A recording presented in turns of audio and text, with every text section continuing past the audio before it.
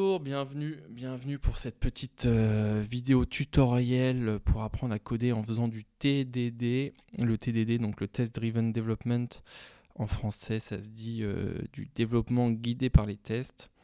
Alors le TDD dans le monde du développement, il a une très mauvaise presse. Euh, les développeurs ils pensent que c'est une vraie perte de temps. C'est sûr qu'on perd du temps au moment du développement, mais on gagne surtout énormément de temps, d'après moi, bien sûr. Après, je suis qui pour dire ça? Voilà, c'est la bonne question.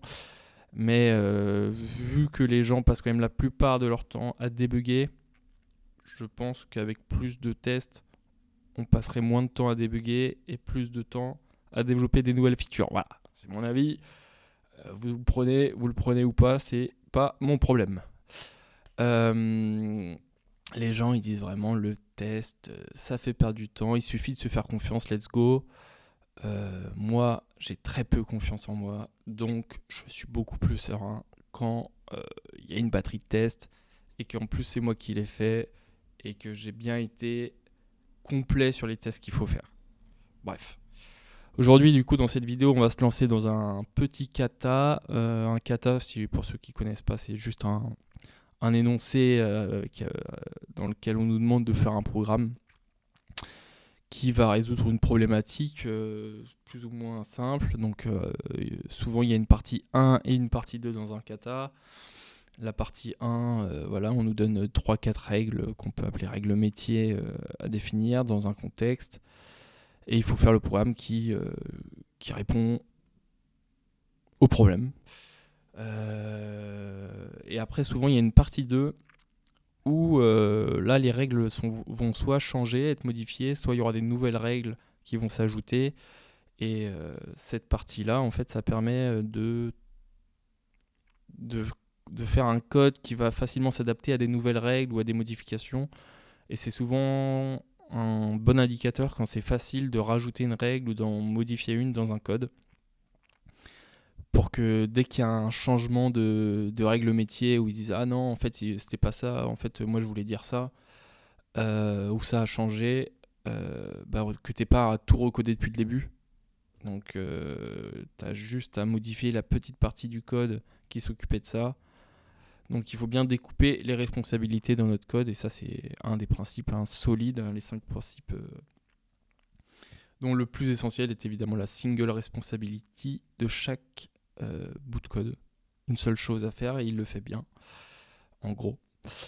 Donc voilà, on va se lancer dans un kata. Moi j'ai choisi pour cet exemple le FizzBuzz. C'est un exercice très simple.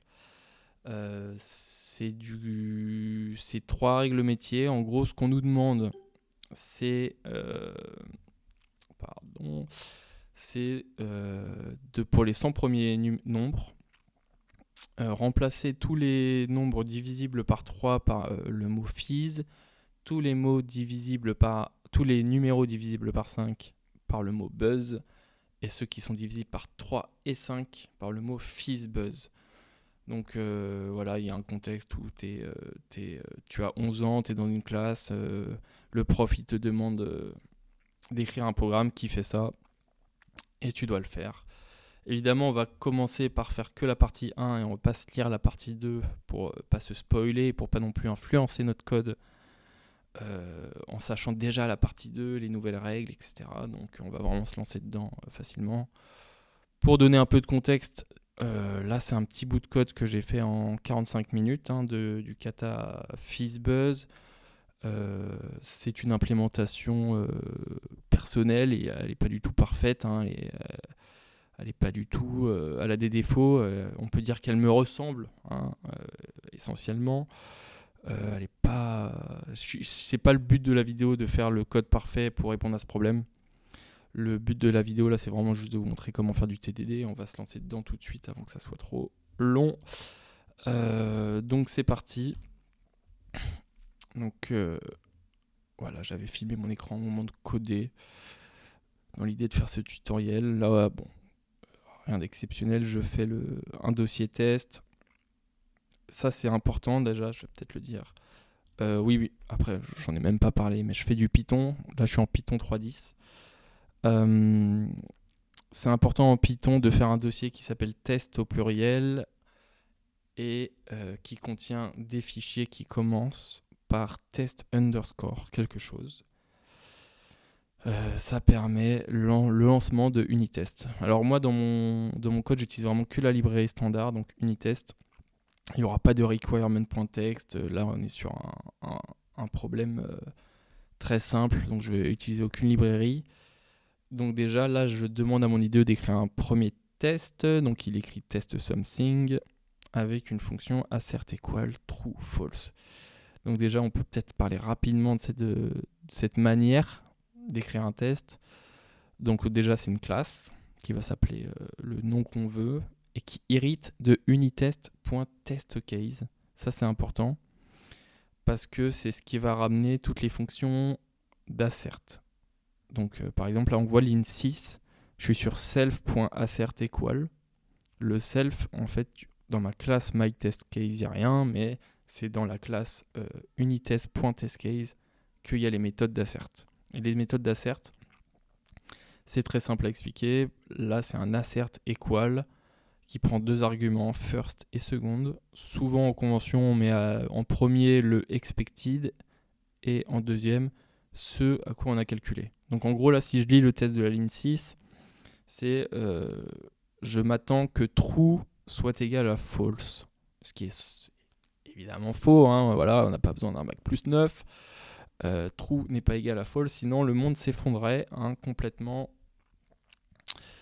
Donc voilà la syntaxe d'un test en gros. Là je reprends un peu l'énoncé, j'essaye de montrer les règles. Tac, je les cherche, je crois à ce moment-là. Elles sont en ligne 31, 32, 33, voilà.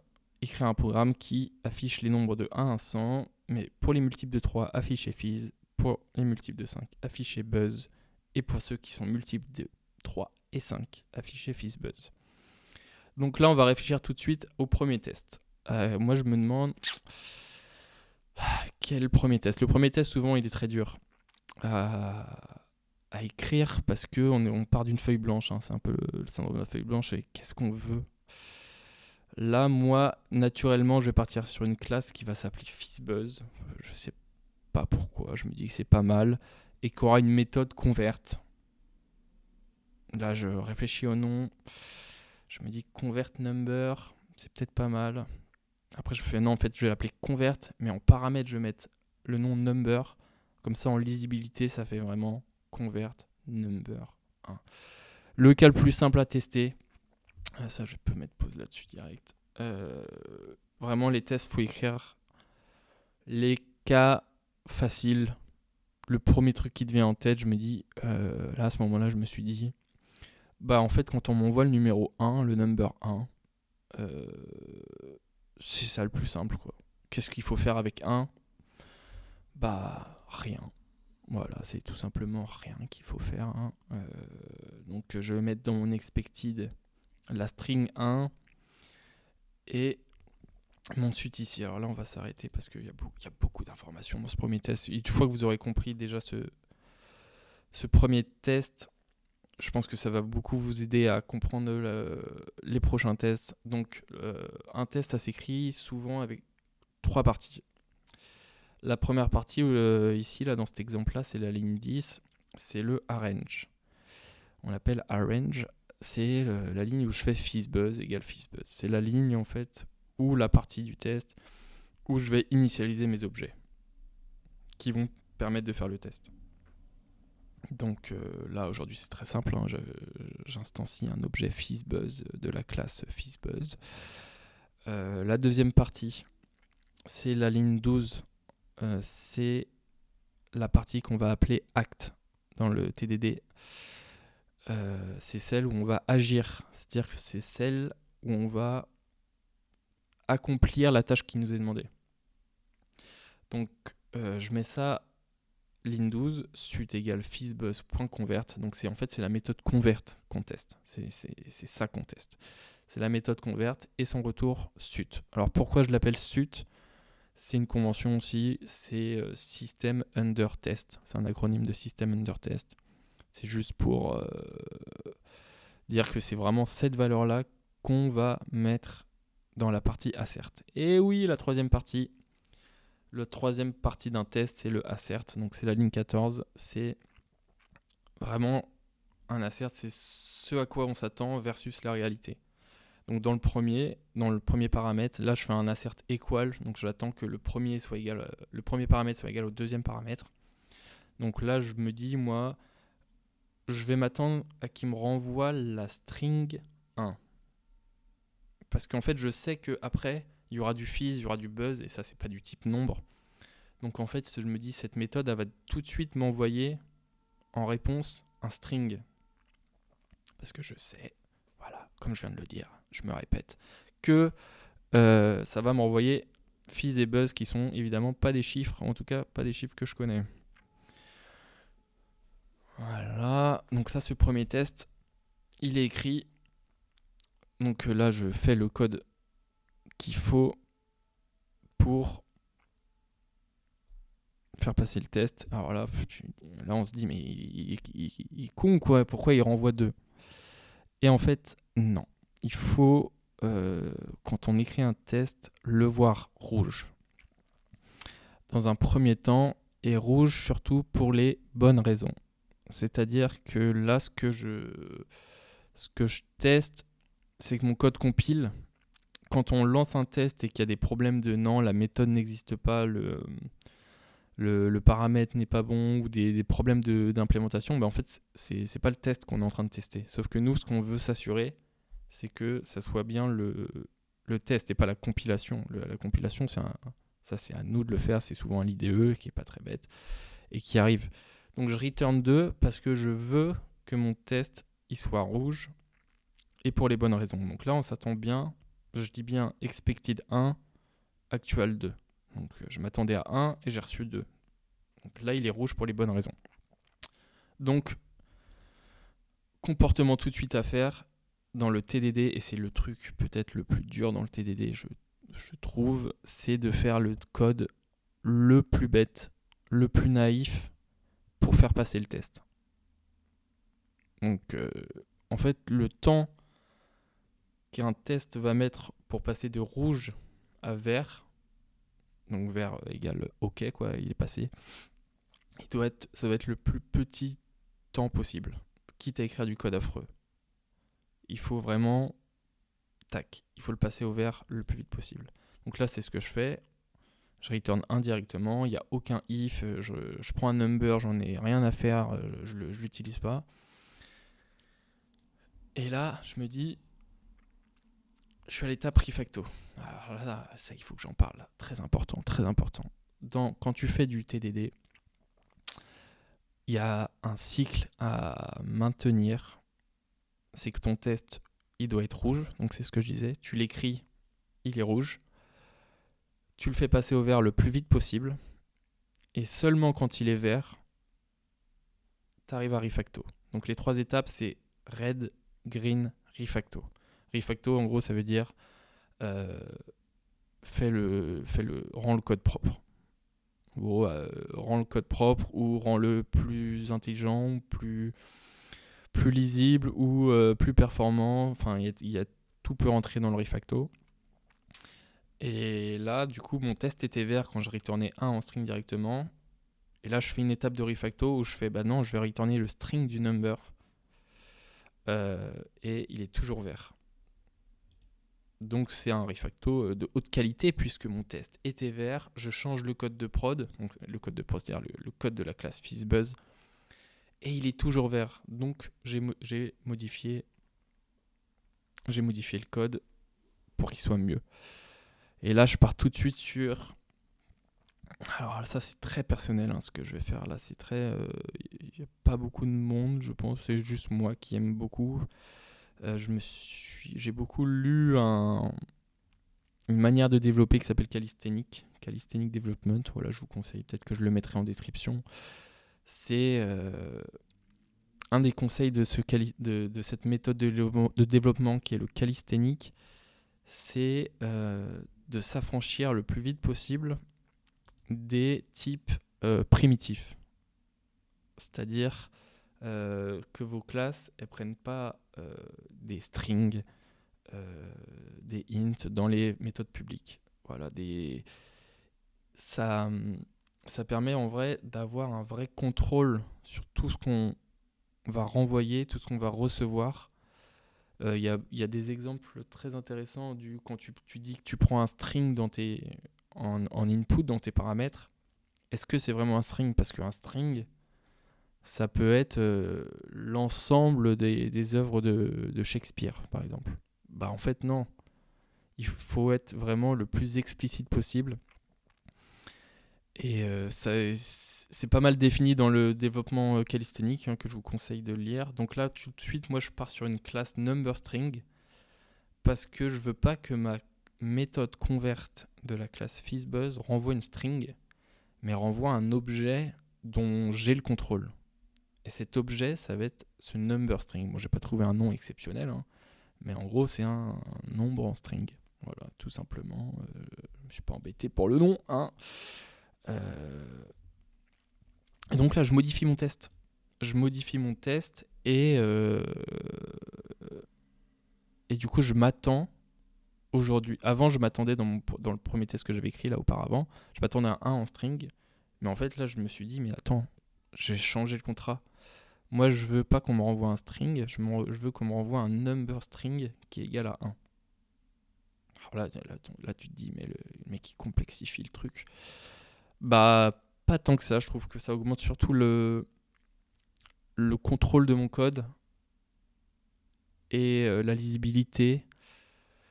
Et vraiment cette idée vraiment de s'affranchir des types primitifs qui permettent un peu tout et n'importe quoi. Voilà. Donc là, le test, il passe pas parce que ma méthode convert elle renvoie 1, alors que je m'attends à un objet de type numberString qui vaut 1.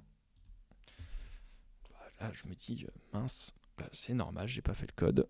Il faut que je réécrive l'égalité entre ma nouvelle classe numberString et n'importe quoi. Et en fait, je vais dire, bah en fait, c'est égal, un numberString est égal à l'autre objet si l'autre objet est un numberString. Donc if isInstance truc de numberString et que le nombre que j'ai moi, il est égal au nombre qu'il a lui. Voilà, c'est tout. Et ça me permet de faire passer le test. Apparemment non, puisque je renvoie encore dans le code de prod, ligne 14, string de number. Et là, ah oui, c'est vrai ça. Et en fait, je sais pas si c'est comme ça dans tous les langages, mais dans Python, quand tu fais ton assert, cette petite partie-là, là, qui t'affiche le expected et l'actual, qui vient d'Unitest, il va te montrer le REPR de ton objet, et qui est par défaut en Python l'adresse mémoire de l'objet, dont tout le monde s'en fout. Mais bon, c'est comme ça qu'ils ont décidé. Donc l'assert equal appelle le REPR. REPR, c'est une méthode qui est dans tous les objets, qui fait la représentation d'un objet lorsqu'il est appelé. Donc moi, je dois le réécrire et je dis, bah en fait, je veux le nombre en string. Ça devient technique, peut-être. Je sais pas si je suis clair, mais voilà, maintenant là, je vois que 1 est différent de 1. Mais c'est bizarre, mais c'est normal puisque mon code ligne 18 dans la méthode convert renvoie maintenant un number string 1. Alors, pourquoi il était rouge? Parce que ici, je m'attendais à un number string 1 et du coup, il se comparait à un string. Donc, il n'est pas égal. Le assert equal, il regarde s'ils sont égaux. Le isInstance, other et number string, non. Donc, false. Donc, ils ne sont pas égaux. Et pourtant, les deux valaient 1 et 1. Donc, il faut bien que ma méthode convert renvoie un number string. Et là, je trouve tout de suite que déjà, c'est un peu plus lisible. La méthode convert renvoie un number string. Le test, il est bien. Maintenant que le test, il est vert, je vois plus d'autres idées. Il suffit de le nommer avec un nom approprié, évidemment. Le nom des tests, ça peut être quasiment de la doc. En fait, ça permet aussi Ça permet aussi d'être très clair avec les développeurs du futur qui vont arriver sur mon code. Mon code, il a été testé. Si tu veux savoir ce qu'il fait, va voir les tests et surtout lis les noms des tests. Et tu comprendras, souvent ça sera clair. Normalement, si on fait bien son travail. Deuxième test que j'ai envie de vérifier, c'est évidemment la première règle, la plus difficile, non pas du tout. Une règle où voilà. Donc là, attends, je vais mettre pause. Moi, je la remontre. Je la remontre au cas où les gens oublient les règles. Mince. Voilà, ça on peut le mettre en bas, c'est super. Je fais un test où voilà, je veux que ma classe, elle convertisse le nombre 3 et que je reçoive bien en retour un fizz. Tout simplement. Parce que c'est la première règle qu'on nous demande. Un nombre divisé par 3, il renvoie fizz. Bref, vous avez compris. Donc là, je lance le test. Et non, 3 est différent de fizz. Alors, pourquoi il renvoie 3 ? Évidemment, parce que ma méthode converte, elle fait rien aujourd'hui. Elle s'ennuie pas, elle renvoie number string du number, il n'y a même pas d'intelligence. Donc là, j'arrive, mon test il est rouge, j'ai le droit de faire du code de prod. Et je pense tout de suite, évidemment, puisque je suis un génie de l'informatique, au modulo 3. Et les tests sont évidemment verts. Avec un sacré if, impressionnant, je return le fizz. Impressionnant. Voilà, donc là, j'update la signature de ma fonction qui renvoie un number string ou un string, du coup. Et là, je me dis, mais ce que j'ai fait pour number string, je vais faire pareil pour fizz. Je veux pas que ma méthode convert envoie des strings, je veux qu'elle soit carrée, qu'elle envoie un objet de type fizz. Voilà, tout ça, tout simplement. Donc je vais créer une classe fizz. Comme ça me permet... Et oui, je vais la mettre en data class. Alors, pourquoi je vais la mettre en data class ? Ça, c'est aussi quelque chose que j'aime beaucoup, les data class. Les data class, c'est top. Les data class, ça permet, en Python, d'hériter de beaucoup de choses pratiques. En gros, une data class, c'est un truc... C'est ce qu'aurait dû être les classes. Voilà, je le dis. Voilà, j'ose le dire.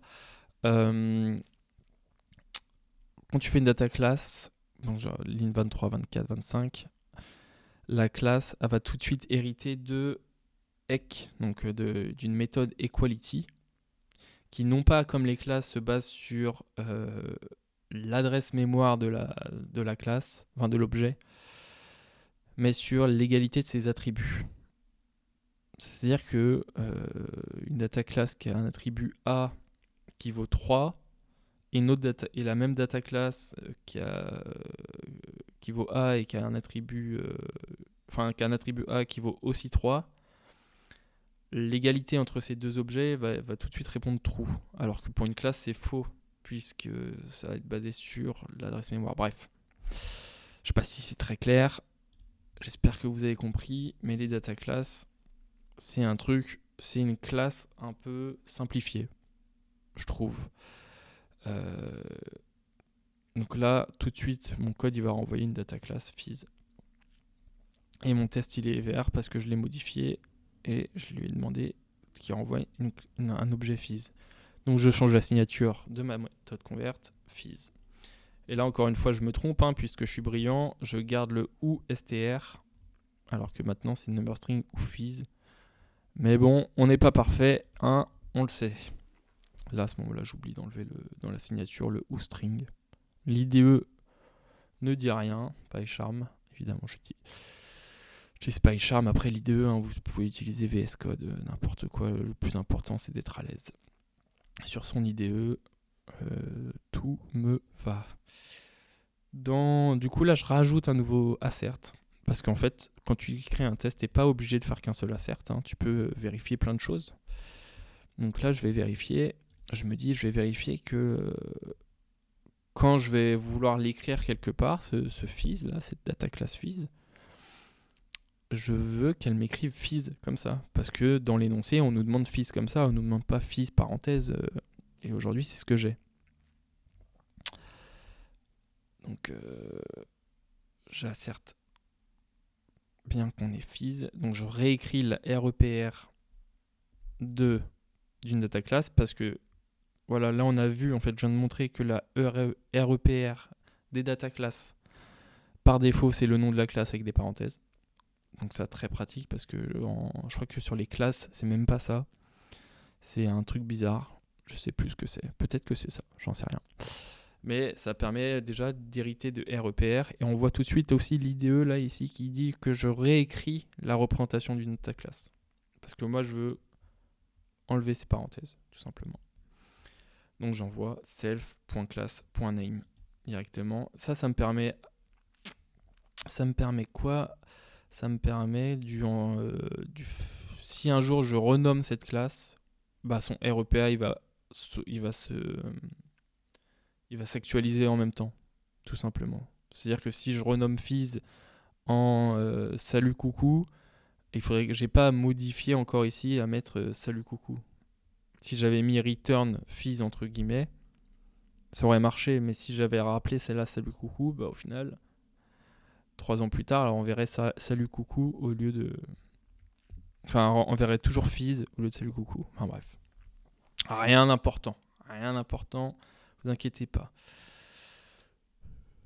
Donc voilà, maintenant le test, je suis plutôt satisfait de ce deuxième test et je vérifie bien que je le nomme que 3 est converted to string Fizz.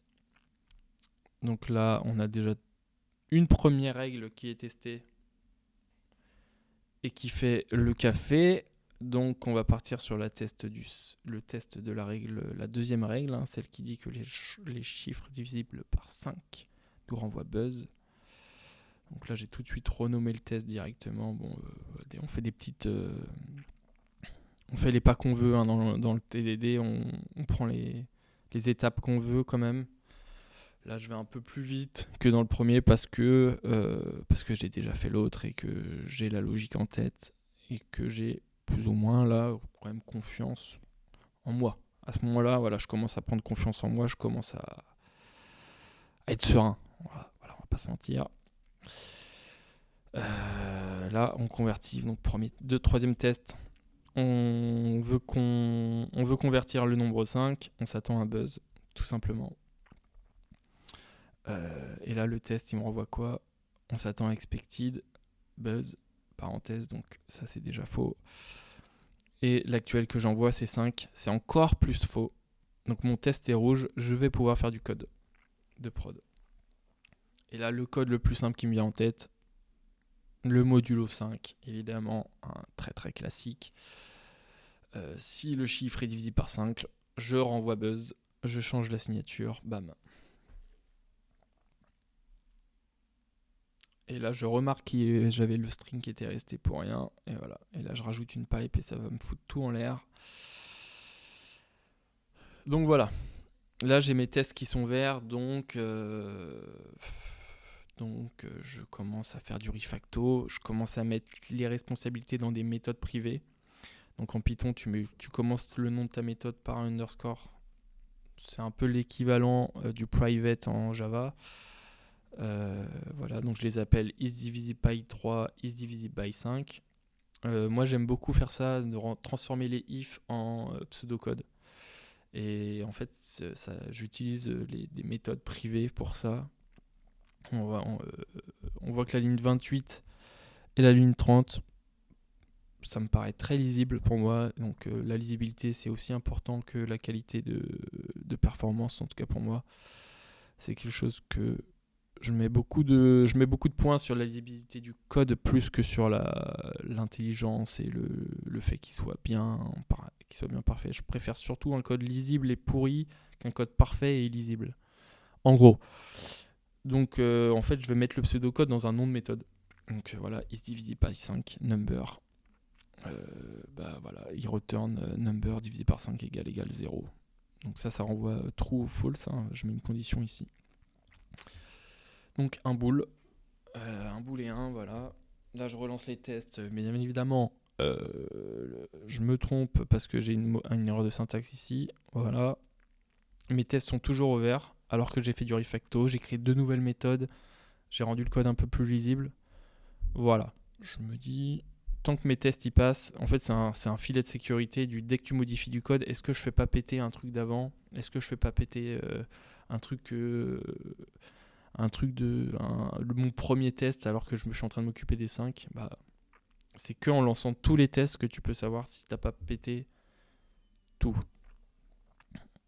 Et vu la rapidité de lancer les tests, faut pas hésiter à les lancer plein de fois. Donc là, j'ai créé un 4e test.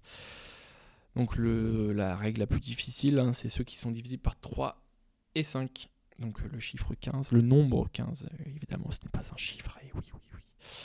Le nombre 15 qui, quand il est converti, est censé renvoyer la string FizzBuzz. Let's go, hein. Et là je me suis rendu compte que, ah bah non mais FizzBuzz, je l'ai déjà appelé comme ça, ma main class, la classe qui fait tout le boulot. Donc je vais l'appeler FizzBuzz Factory. Factory parce que ça renvoie des objets. Donc c'est un peu comme une usine où tu lui passes un truc et il va te renvoyer un objet. Il va pas te renvoyer un résultat, il va te renvoyer un objet qui contient des résultats, tu vois. Donc c'est aussi un pattern de Factory qui est très connu. Je conseille de lire là-dessus sur le pattern Factory. Hein. Mais là aujourd'hui, c'est rien de compliqué, c'est juste une classe qui renvoie d'autres objets, donc d'autres classes, d'autres objets de d'autres classes. Et c'est elle qui a l'intelligence en fonction de l'input, donc du number, va renvoyer l'objet adéquat. Donc là, je crée pareil l'équivalent du FizzBuzz en data class, qui est pareil que le fizz, qui est pareil que le buzz. Donc là, je me rends compte que j'ai oublié dans le test d'avant le REPR du buzz, où il y a encore les parenthèses. Et c'est important dans le TDD, tout de suite, de skipper le test sur lequel on était, de modifier qu'un seul test à la fois, quoi, en gros. Donc là, je skip celui sur lequel j'étais, pour ajouter un nouvel assert au test précédent, qui est évidemment faux, parce que je m'attends vraiment à que la classe buzz, quand je vais l'écrire dans un fichier ou elle n'affiche que buzz et pas le buzz parenthèse de la data class, quoi. Donc là, voilà, mon assert il est bon, le test il est vert, je peux revenir à celui-là, il est rouge, parce que on s'attend à un FizzBuzz. Donc là, mon test il est rouge, j'ai le droit d'aller dans le code de ma classe pour écrire le code qui va le passer au vert le plus vite possible.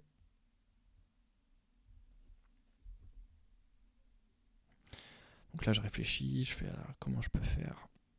C'est en gros, le plus simple que je peux faire, c'est diviser par 5, number, et diviser par 3.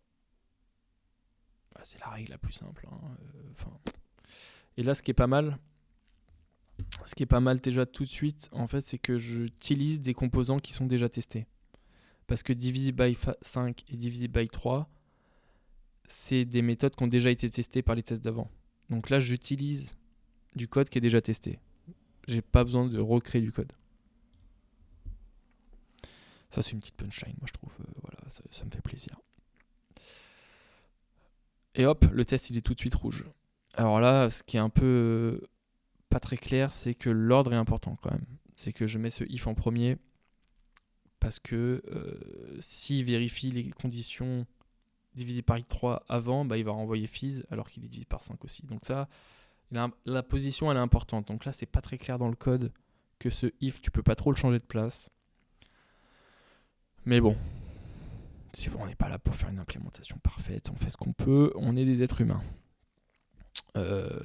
Voilà, donc je décide de refacto et de l'appeler ce grand if qui appelle les deux autres par isFizzBuzz. Je me dis voilà, c'est encore plus lisible de juste à dire if isFizzBuzz, return FizzBuzz. Et si tu veux savoir qu'est-ce qui fait un FizzBuzz, tu vas lire le code qu'il y a dans la fonction et il est très simple. Donc il se fait en une ligne.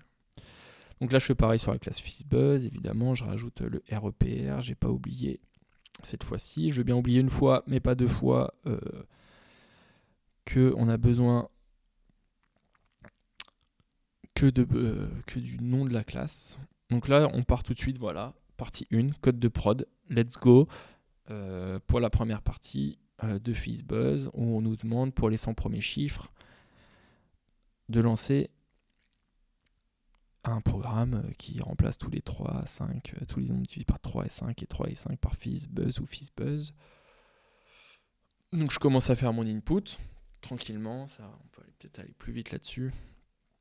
Mais on peut voir déjà que dans mes tests, j'ai testé que 3, j'ai pas testé 6, j'ai pas testé 12 pour la règle du Fizz.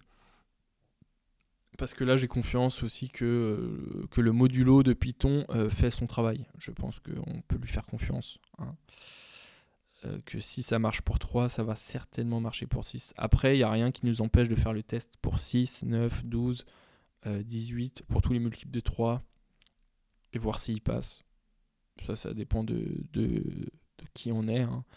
Ça peut se tester une fois et au pire le test il est vert et on le supprime tout de suite quoi. Enfin, il n'y a pas de problème à écrire un test, le voir vert et du coup le détruire. Il n'y a pas de problème. Hein.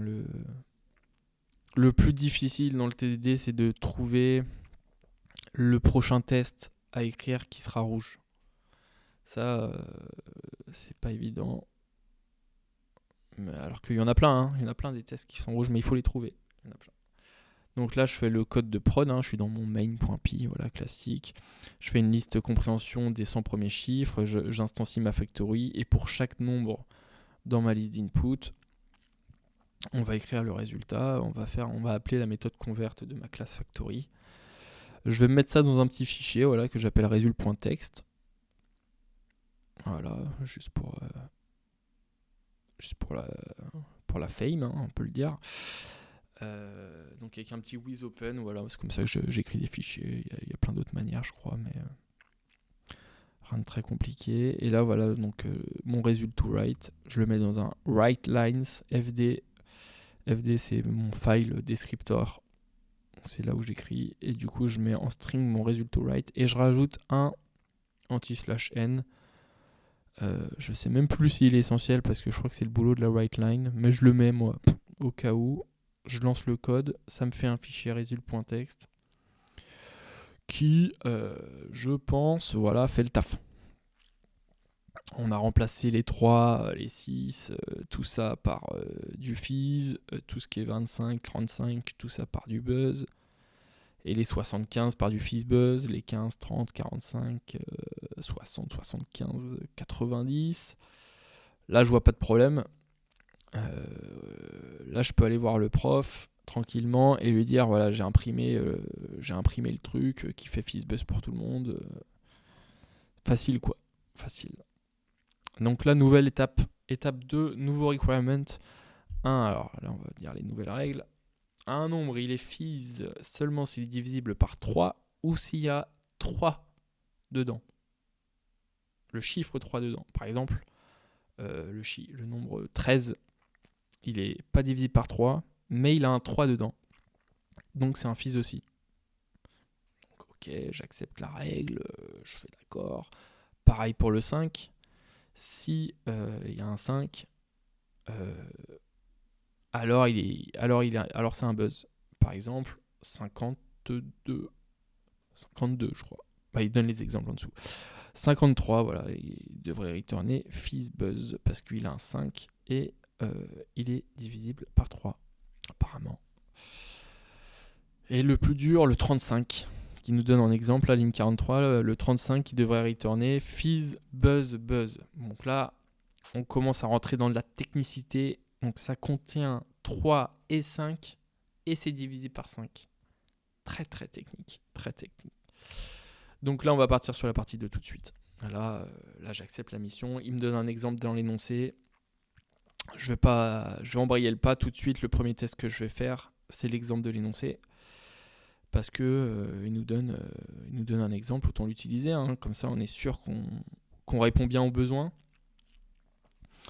Donc voilà, j'ai écrit un nouveau test. Test new stage with 53. Donc je vais créer ma FizzBuzz Factory. Je vais vouloir confirme. Voilà, je fais du copier-coller, hein, c'est une très mauvaise idée souvent de copier-coller. Hein, mais bon, ça ramène pas mal d'erreurs. Vaut mieux des fois réécrire, mais bon, souvent on a la flemme. Et bon, on fait ce qu'on peut. Et donc là, 53, on s'attend à un FizzBuzz apparemment. Donc j'écris le test, voilà, pour 53, pour cette nouvelle règle, on s'attend à FizzBuzz. Là, j'ai lancé le main au lieu de lancer les tests. Voilà, je relance les tests. Boum, le test, il est rouge. C'est normal puisque ma classe, ma méthode convert, elle a que le code de la partie 1. J'ai pas encore codé la partie 2. Et il faut le faire, quoi, le code. Et là, le test est rouge, donc il faut foncer. Là, il faut courir pour le faire passer au vert. Là, il faut foncer. Donc là, je réfléchis. Je fais purée, putain. Qu'est-ce qui se passe, quoi? Là, je réfléchis. Je me dis, le test, il est trop gros. Là, le test, il est trop gros. Je vais faire un truc un peu plus petit. Il n'y a pas de problème d'écrire des tests trop gros. On les skip et on va les décomposer en plus petits tests. Et le test le plus petit que je vois à ce moment-là,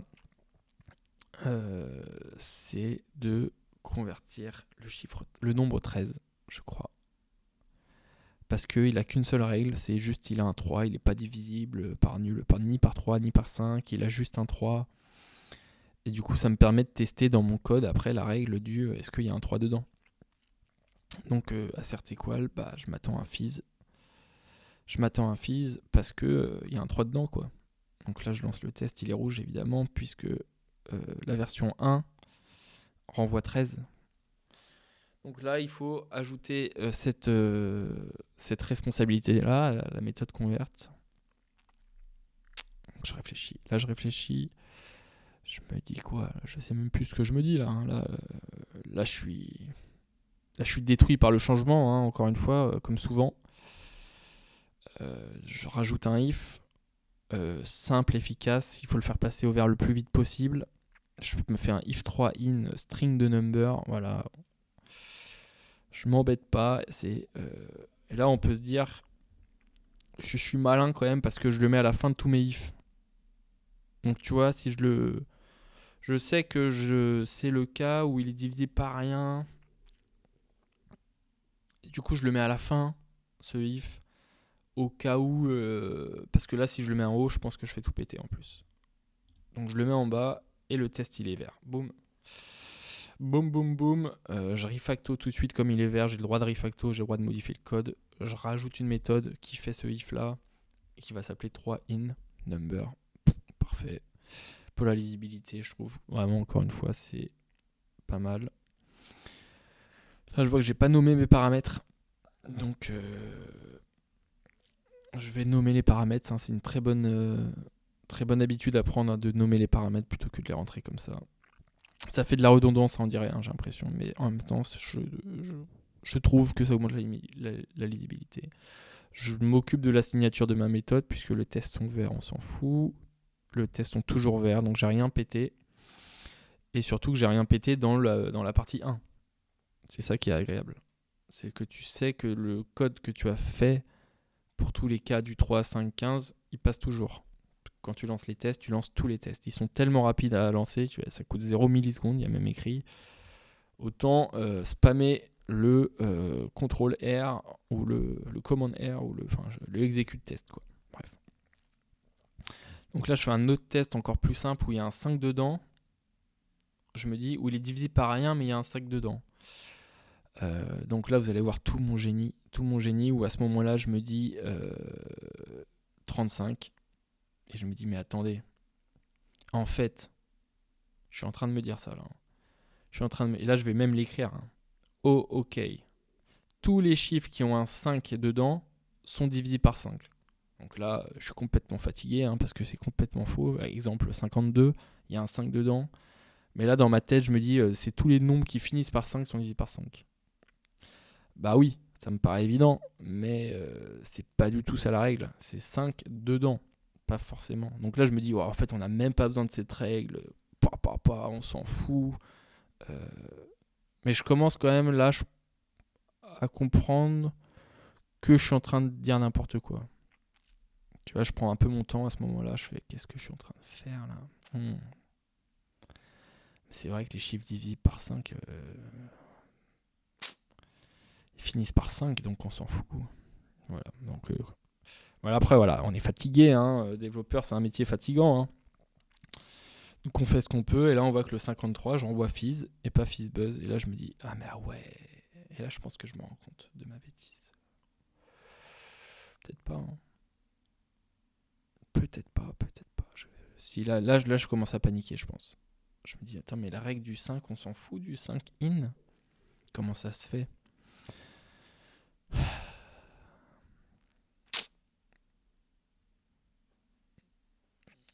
Donc là, j'essaye de gérer le... Attends, on était sur quoi? C'est sur le 35, là, le Fizz Buzz Buzz.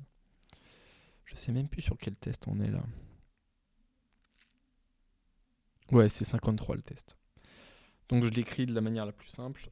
S'il y a 3 dans le nombre et que 5 aussi, return Fizz Buzz. Voilà. Ça va passer, hein. Puisque dans 53, il y a un 5 et il y a un 3. Et ça renvoie Fizz Buzz. Donc là, je refacto. Mon 5 in, pareil. La même, même signature que le 3 in. Je lance les tests, ils sont toujours verts. Et là, je vois deux choses qui renvoient FizzBuzz. Donc, je vois mon iflin 37 et mon iflin 39 qui renvoient tous les deux FizzBuzz. Donc, je me dis, quand tu as le même return, c'est souvent refactoable. Je sais pas si ça se dit, mais autant mettre ça dans une seule méthode, quoi, qui gère les deux cas. Donc là, je suis en train de réfléchir. Je réfléchis fort, là. Je me dis, is FizzBuzz? Non, pas du tout. Je pars sur une autre idée. Là, je pars sur une autre idée où je vois le 3 in et le... Ah ouais, ça me rappelle de cette idée. Le def 5 in et le def 3 in, donc ligne 50, ligne 53, où je vois que c'est le même code. Donc c'est très important de ne pas faire du duplicate code. Pourquoi c'est très important? Je pense pour plein... pas évident à tout le monde, hein, de ne pas écrire 1000 fois le même code qui fait la même chose. Ça augmente le nombre de codes, le nombre de lignes à débugger, tout ça. Donc je me dis, je vais faire une fonction value in number, où tu vas pouvoir lui passer du coup 3 ou 5 dans ce chiffre, il va te répondre true ou false. Donc là, je vais mettre return str de value in str de number. Donc voilà, ça va vérifier. C'est une méthode qui va vérifier que 3 est dans un nombre, que 5 est dans un nombre, que 14 est dans un nombre, que n'importe quoi dans un nombre. Je la généralise, quoi, en gros. Donc je garde la méthode 5in où je mets 5 en brut. Ça c'est pas mal. C'est plutôt une bonne idée. Là, je suis plutôt fier de moi. Voilà. Pareil avec la 3. Donc là, je suis vraiment en pleine étape de refacto, hein. Tous les tests sont verts, donc j'essaie juste de rendre mon code un peu plus lisible. Donc je pars sur cette idée-là, du value in number. Et très vite, je vais la mettre dans mon code, ce value in number. Parce qu'aujourd'hui, ah oui, elle est appelée par les 5 et par les in, par les 5 in et les 3 in. Et là, je me dis, mais en fait, ça fout un peu le bordel quand même. Je trouve que ça augmente pas la lisibilité. Donc, je reviens sur le code d'avant. Je trouve que, voilà, entre la ligne 53 et la ligne 54, je suis allé trop vite. Voilà, entre la ligne 53 et 54, je trouve que la ligne 54, elle est encore plus lisible, en fait, que la 53. Et que comme aujourd'hui, on a une problématique où il n'y a que 5 et 3, il n'y a peut-être pas besoin de généraliser un truc de fou. Voilà, je dis que c'était plutôt inutile cette idée et que ça rendait plus complexe en fait Pardon, la lisibilité. Donc je remets mon code d'avant.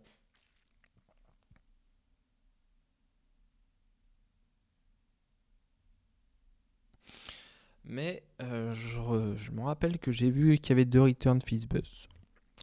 Là, je suis vraiment en étape de refacto. J'oublie les tests et je vais mettre tout ça dans une condition. Et je vais mettre un OR. Parce que c'est quand un FizzBuzz? Un fizzbuzz, c'est quand c'est divisé par 5 et par 3. Ou alors qu'il y a un 5 dedans et un 3 dedans aussi. Donc je me dis, on va mettre ça dans le même if. Donc là, j'écris les deux conditions qui font en sorte que c'est un fizzbuzz. Donc c'est soit il est divisé par 3 et 5, soit il y a un 3 et un 5 dedans. Et voilà, c'est une perte de micro, désolé. Et ça marche avec ce petit OR. Les tests sont toujours verts. Donc je peux supprimer ce premier if. Alors là, ça va peut-être très vite là, mais en gros, j'ai appelé tout de suite la méthode isFizzBuzz à return fizzbuzz. Donc si tu te demandes qu'est-ce que c'est un fizzbuzz, tu vas dans la fonction isFizzBuzz. Et si ça change un jour, tu as juste à aller modifier cette fonction. Voilà, c'est un truc de responsabilité, je trouve ça pas mal. Donc voilà, la isFizzBuzz, dans tous les cas, à vérifier les deux conditions. Donc là, je suis plutôt fier. Je me dis, j'ai supprimé un if dans ma factory, donc de la lisibilité.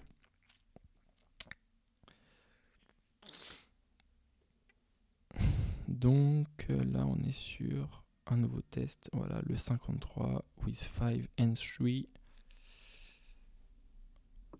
On est bon. Voilà, j'espère que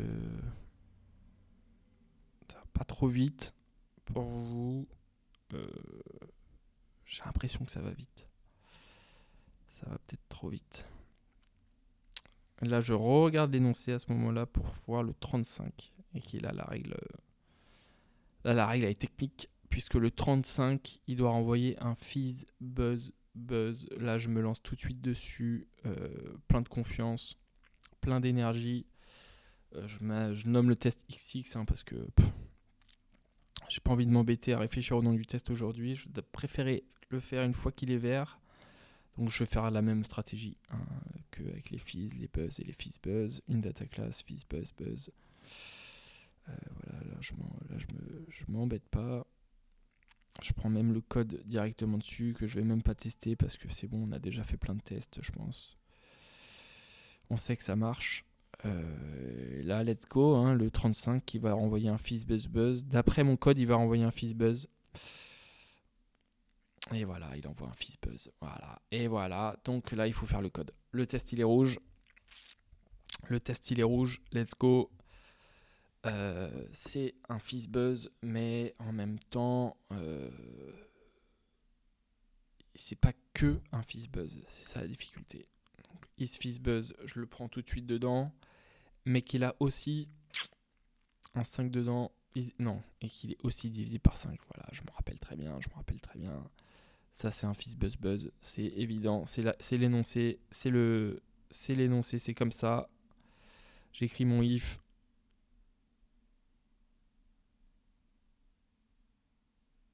Voilà, on lance les tests, on regarde un petit peu. Et voilà. Et là, qu'est-ce qui se passe? La catastrophe. Parce que... Alors là, c'est important.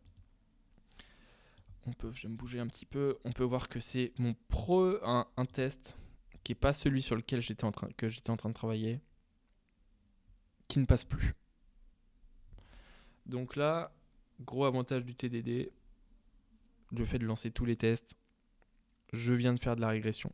J'ai régressé mon code. Tous les tests ne passent plus. Il y a le 15 qui s'est retrouvé dans un fizzbuzz, alors que le 15, c'est juste un fizzbuzz. Tout le monde le sait, c'est dans l'énoncé. Voilà, toute la planète le sait que le 15, c'est un fizzbuzz. Et moi, mon programme, il dit que c'est un fizzbuzz. Donc, mon programme est catastrophique actuellement. Voilà, il faut dire les termes, il faut savoir être honnête. Donc là, je commence à transpirer. Évidemment, je commence à transpirer, donc je me dis, c'est pas ça qu'il faut faire, quoi. Il est pas ici, ce if. Je me dis, il doit être un peu plus bas. Je tente. Je crois que je lance les tests à ce moment-là. Je l'ai mis un peu plus bas, ou je réfléchis encore. Mais en même temps, je me dis, c'est ça que je me dis là. Je me dis, si je le mets plus bas, il va forcément rentrer là-dedans. Donc il va toujours envoyer un fizzbuzz. Parce que cette condition-là, elle est aussi en dessous. Mais comme il y a un return, il va jamais arriver là, il s'en fout. Bref, je me rends compte que le mettre en dessous, c'est pas la meilleure idée du siècle. J'ai même pas besoin de lancer les codes là pour le voir, je pense. J'aurais pu lancer les tests pour le voir.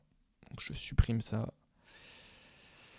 Je supprime ça là parce que je me dis mais putain, mais le fils buzz il est technique là. Je me dis j'étais pas prêt. Alors qu'en fait il suffit juste de encore une fois reprendre la chose, reprendre l'énoncé de la règle et l'écrire le plus bêtement possible. Et là je pense que c'est là où je me trompe, c'est que je fais pas le code le plus simple.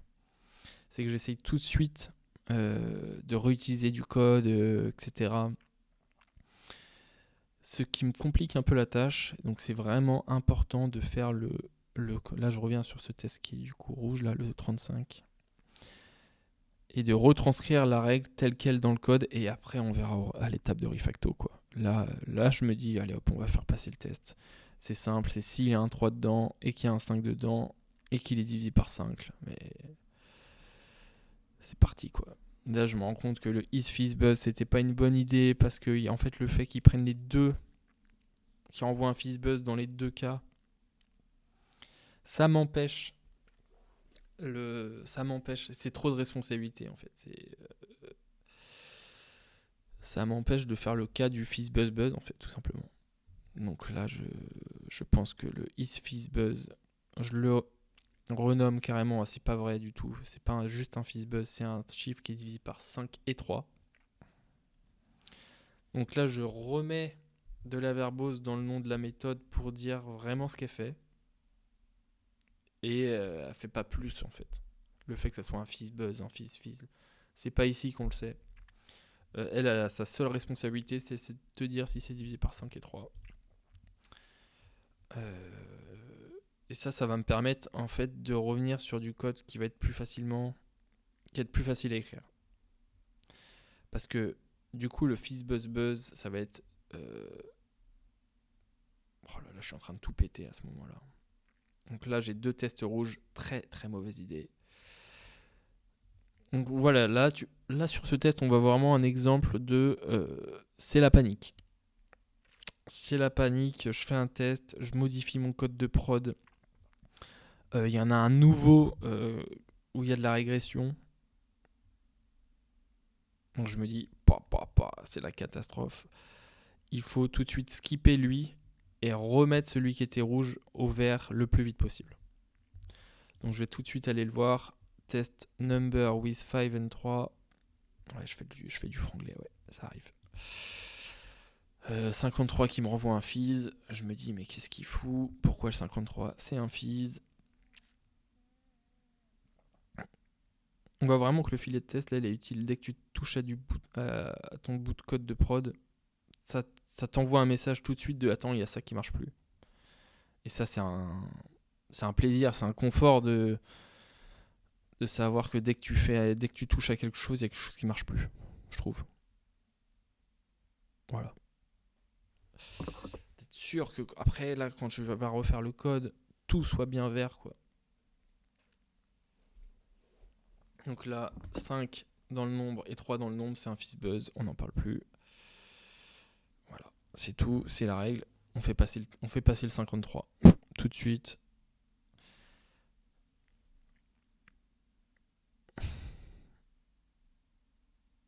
Donc je peux revenir à mon test compliqué qui est le 35, qui est le FizzBuzz. Et là je me dis, mais en fait, le FizzBuzz, c'est exactement le 53, mais qui est aussi divisé par 5. Donc en fait, c'est juste un n de plus. C'est là que je me rends compte que la règle, elle est pas si compliquée que ça en plus. Et là, ton ego, il prend un coup. C'est qu'on s'attend bien à un FizzBuzz et c'est divisé par 5. Donc tu te dis, bah écoute, je vais faire le code le plus affreux qui rentre pour mettre le test vert. Et là, je lance les tests. Et boum, tous les tests sont verts. Là, on est soulagé parce qu'on sait qu'on a une solution qui marche. On peut mettre en prod limite. Mais bon, maintenant, on se fait plaisir. On va refacto parce que c'est toujours un petit plaisir de refacto. Donc là, on voit que ça, c'est appelé 2 fois. On va l'appeler as 5 and 3 in, je crois, un truc comme ça. Donc ça, c'est juste une méthode qui va appeler les 2 autres méthodes en dessous, qui ont 5 et 3 unitairement. Mais je fais une méthode, un service, qui appelle les deux. Je trouve ça, comme ça rend le code plus simple. Mon IDE me dit que il a déjà été appelé. Je fais carrément replace le code occurrence, parce que lui aussi, il aime pas du tout le duplicate code. Il a raison. Donc il le fait tout seul. Et là, voilà, le code, il commence à marcher. Essentiellement, et c'est tout ce qu'on nous demande. Et le 35, c'est bien fizz buzz buzz. Donc là, je renomme ce test parce qu'il est vert et que je vois pas trop de refacto à ce moment-là. Et bam, bam, bam, bam, bam, est divisible by 65, ouais, by 5. Is fizz buzz buzz. Et là, on est plutôt satisfait. Là, je me fais un test de confort. Ça, c'est le développeur qui décide. Moi, j'aime beaucoup le confort. Beaucoup de mal à quitter le confort. Donc, je vais tester un normal case. Voilà, le 98, on s'attend à un number string 98. Je me dis, il ne doit pas être divisé par 5 ni par 3. Donc, le 98, il passe toujours. Là, je peux le delete en vrai, le normal case. Mais c'était juste pour voir si le fait d'avoir ajouté la deuxième partie, là, les nouvelles règles du 3 et 5, ça foutait pas en l'air des cas normaux. Mais bon, évidemment, non. Mais bon, ça fait plaisir quand même de lancer un test. Et vu le temps que ça m'a pris, on n'est jamais à l'abri qu'il était rouge et que ça se trouve, j'ai débugué un truc. Donc là, je regarde mon code. Il est discutable, évidemment. Évidemment, il est discutable. Mais bon, l'objectif, c'était de faire du TDD. Et là, je me dis, il y a du refacto. Là, il y a du refacto parce que ligne 46, tu as du return fizz buzz. Ici, tu as du return fizz buzz. Ça ressemble beaucoup quand même à... Il y a du refacto à faire. Il y a un truc qui est encore pas nickel quand même. Je me dis là, il y a plusieurs trucs qui est pas nickel. Comme je disais en début de vidéo, on n'est pas du tout sur un code parfait. On est là vraiment juste pour apprendre à faire du TDD. J'espère que déjà que ça vous a montré un peu une première vision du test, du développement guidé par les tests. Et là, je crois que je vais lancer en prod la nouvelle partie, le process. Je vais lancer tout de suite la partie 2 avec le... Ou non, oula, je regarde en même temps et je me dis attends, c'est du refacto. Donc là, je tente un truc. Je sais que les tests, ils sont verts, donc j'ai le droit. Je reviens sur l'idée du is fizz buzz. Parce que je savais que c'était pas si pourri que ça, je pense. Est-ce que c'est un fizz buzz? Return ça. Donc il prend un number. Il prend la méthode est-ce qu'il a un 5 et un 3 ou il est divisé par 5 ou 3. Et là, je me dis c'est exactement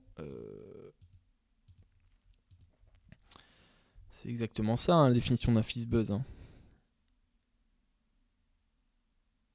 là, je passe le is fizz buzz ici.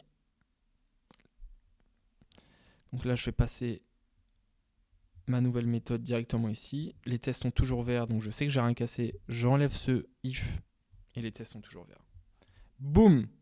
Là, on est passé de 4 lignes, du coup, à 2 lignes dans la méthode publique. Donc c'est là où les gens ils vont lire, souvent les développeurs. Donc on augmente du coup la readability du code. Là, c'est pareil pour le fizz où je vois il y a 2 returns. Donc je vais faire une méthode isFizz, tout simplement, qui va vérifier les 2 if que je fais en fait.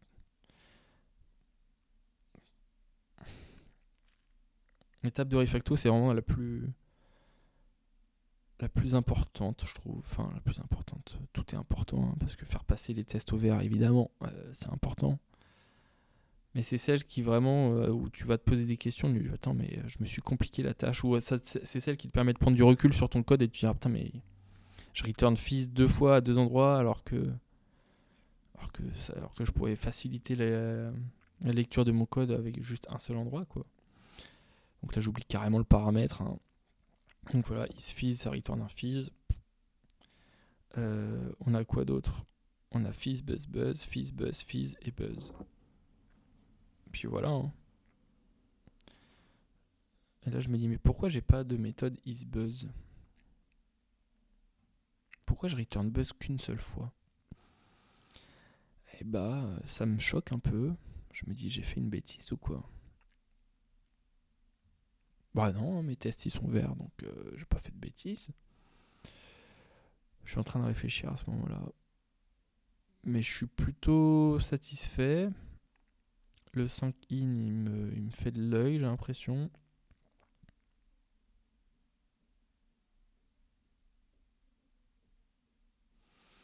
Je mets ça ici, je sais pas pourquoi. Là, je me dis, ouais, elle est appelée qu'une fois. Donc, j'ai pas besoin de méthode en fait.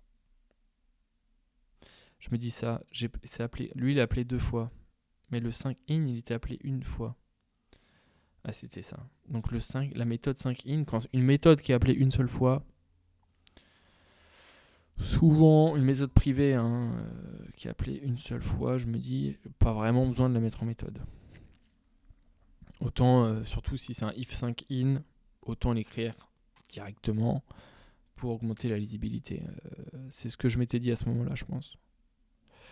Donc là, let's go, on va lancer la partie 2. On a juste à relancer le programme, comme j'écris, puisque rien n'a changé. Là, je vais aller lancer le run, mais non, je vais écrire un nouveau fichier, résulte, seconde version. Donc ça, c'est notre output, c'est le test à l'œil nu. On pourrait dire que c'est un test de développement, d'intégration. Et là, je regarde bien le 5, le 6, c'est bien des filles, c'est bien des buzz. Donc je me dis, écoutez, là, mon code, il marche, j'ai l'impression.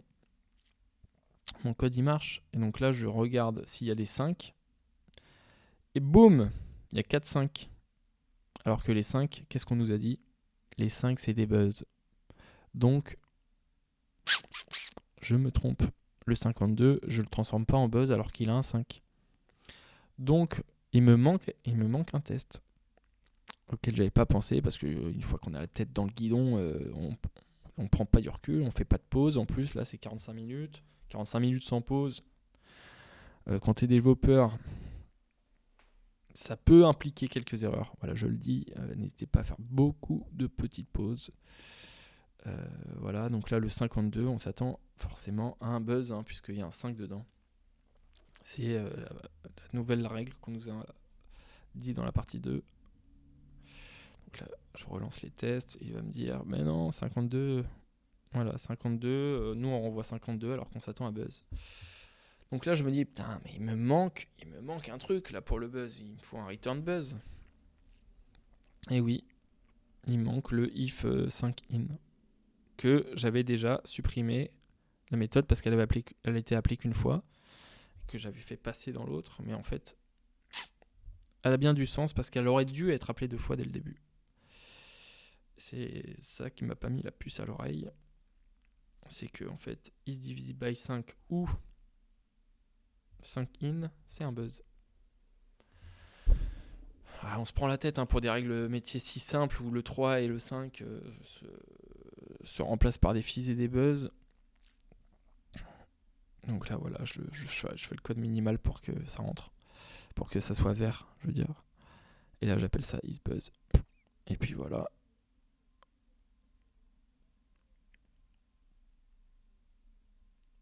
Et ça, c'est un...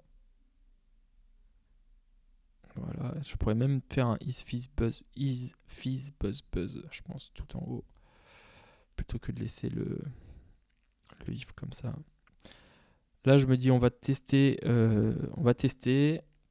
On va relancer le programme. Et normalement, là, j'ai plus de... Voilà. Je contrôle F5, je recherche les 5. Il y a 0 résultat en rouge en haut. Voilà. Donc, il n'y a plus de 5 dans mon output. Très, très bon signe. Normalement, il n'y a plus de 3 non plus. C'est ce que je vais vérifier, je pense. Il n'y a plus de 3 non plus. Tous les 30 se transforment en fizz. 42, 43, voilà. Après, il y a beaucoup de chiffres qui deviennent fizz et buzz. Et là, on commit, et voilà, c'est fini. On a une première version, on va peut-être revenir sur le bout de code quand même rapidement, qui au final ressemble à ça, hein. Après, il est dispo sur mon GitHub, sans modif, en authentique pur, voilà. J'espère que ça vous a aidé à voir comment faire du TDD. Donc vraiment, le truc le plus important, c'est le cycle rouge, vert, refacto, et minimiser le temps entre du rouge et du vert. C'est-à-dire, quand tu écris ton test, qu'il est rouge, et qu'il est rouge pour la bonne raison, comme je disais, il faut le passer au vert le plus vite possible, quitte à faire du return 1, le return le plus affreux, et ensuite refacto si on le souhaite, et c'est souvent conseillé. On peut aussi, une fois qu'on l'a passé au vert, si on voit une idée d'un nouveau test qui va permettre d'écrire un nouveau test qui soit directement rouge, on peut aussi écrire un deuxième test du coup qui va être directement rouge et qui va forcer la vraie écriture du code. Donc c'est-à-dire, je sais pas, le if ou le... Donc voilà, donc un test, ça c'est quand ça s'écrit, c'est rouge. Ensuite, quand c'est rouge, on a le droit d'aller dans le code de production, la méthode qu'on va tester, l'objet qu'on va tester, n'importe quoi. On écrit le code, on essaie de le faire passer au vert le plus vite possible. Une fois qu'il est vert, là on a le droit de revenir dans notre objet et modifier pour refacto. Quand plusieurs tests sont rouges, c'est-à-dire qu'on a modifié du code de prod et on a fait péter plein d'autres choses, tout de suite on revient au code d'avant et on repart du fait que les tests étaient verts, on revient à l'étape de refacto parce que du coup ce qu'on a proposé comme refacto était pas bon. Et le but, c'est vraiment que tous nos tests soient verts le plus longtemps possible et le plus vite possible, comme je dis. Voilà, j'espère que ça vous a plu comme vidéo. C'était une première version du coup sur Scata FizzBuzz qui est très connu pour le TDD. Si vous avez des questions sur le TDD, n'hésitez pas. Si vous avez des remarques sur ce code qui n'est pas du tout parfait, hein, comme je répète évidemment, on fait ce qu'on peut. C'était pas l'objectif de faire un code nickel. L'objectif c'était de vous montrer surtout comment faire un objet si simple qui gère le FizzBuzz en utilisant du TDD. J'espère que ça vous a plu et passez une agréable journée. Merci.